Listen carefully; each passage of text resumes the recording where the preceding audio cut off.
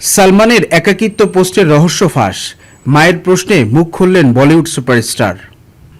Bollywood superstar Salman খানের একটি social media পোস্টকে কেন্দ্র করে গত কয়েকদিন ধরে নেট দুনিয়ায় রীতিমতো শোরগোল পড়ে গিয়েছিল। একা ও একাকিত্ব নিয়ে অভিনেতার সেই রহস্যময় পোস্টের পর ভক্তদের মনে নানা প্রশ্নের উদয় হয়। এমনকি খোদ অভিনেতার মা সালমা খানও চিন্তিত হয়ে ছেলেকে জিজ্ঞেস করে বসেন, কি হয়েছে বাবা। অবশেষে মায়ের সেই প্রশ্নের সূত্র ধরেই পুরো বিষয়টির আসল সত্য সামনে আনলেন সালমান। নতুন একটি পোস্টে ভক্তদের আশ্বাস করে অভিনেতা জানিয়েছেন, তিনি আসলে নিজের একাকিত্বের কথা বলছিলেন না। একটি বড় ও ভালোবাসায় ঘেরা পরিবার এবং কোটি ভক্তের শুভেচ্ছা যার সঙ্গে রয়েছে, সে কিভাবে একা হতে পারে। সালমান রসিকতা করে বলেন, মাঝে মাঝে মানুষের ভিড়ে থাকতে থাকতে তিনি কিছুটা ক্লান্ত বোধ করেন, আর সেই কারণেই নিজের জন্য কিছুটা একান্ত সময় বা মি টাইম কাটাতে চেয়েছিলেন। তবে এবার নতুন কোনো ছবি পোস্ট না করেই সালমান সংবাদ মাধ্যম ও ভক্তদের উদ্দেশ্যে লিখেছেন, তার এই কথাটিকে যেন ব্রেকিং নিউজ বানিয়ে ফেলা না হয়। মায়ের উদ্বেগের কথা জানিয়ে সবাইকে একদম দুশ্চিন্তা মুক্ত থাকতে বলেছেন তিনি। এর আগে রবিবার রাতে একটি অন্ধকার ঘরে সোফায় শুয়ে থাকার একটি ছবি পোস্ট করেছিলেন সালমান।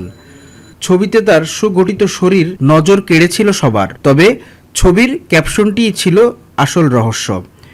সেখানে তিনি লিখেছিলেন, নিজের সঙ্গে থাকার দুটি উপায় আছে, একা থাকা এবং একাকিত্ব।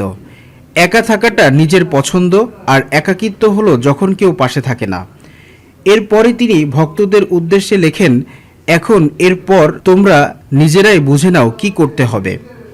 সালমানের এই পোস্টের নিচে মন্তব্যের বন্যা বয়ে যায়। তার 2005 সালের সিনেমা লাকির সহ অভিনেত্রী স্নেহা উল্লাল চরিত্রটির নাম ধরে খুনসুটি করে মন্তব্য করেন, সিনেমার শুটিংয়ের সময় সালমান কেন এমন ফিটনেস দেখাননি। এছাড়া অভিনেতার সাবেক প্রেমিকা সঙ্গীতা বিজলানি এবং ইউলিয়া ভান্তুরও সেই পোস্টে মন্তব্য করেছেন। এদিকে সম্প্রতি এক সাক্ষাৎকারে নিজের সিনেমা নির্বাচনের এক অদ্ভুত অভ্যাসের কথা প্রকাশ করেছেন এই সিকেন্দার তারকা।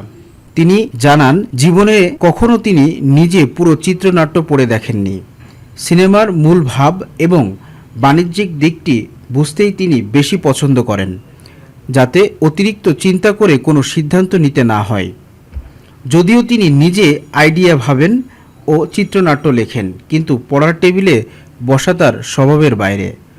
সম্প্রতি রাজা শিবালী সিনেমায় একটি বিশেষ ক্যামিও চরিত্রে দেখা গেছে সালমানকে, আর তার আগামী প্রজেক্টের তালিকায় রয়েছে মাতৃভূমি।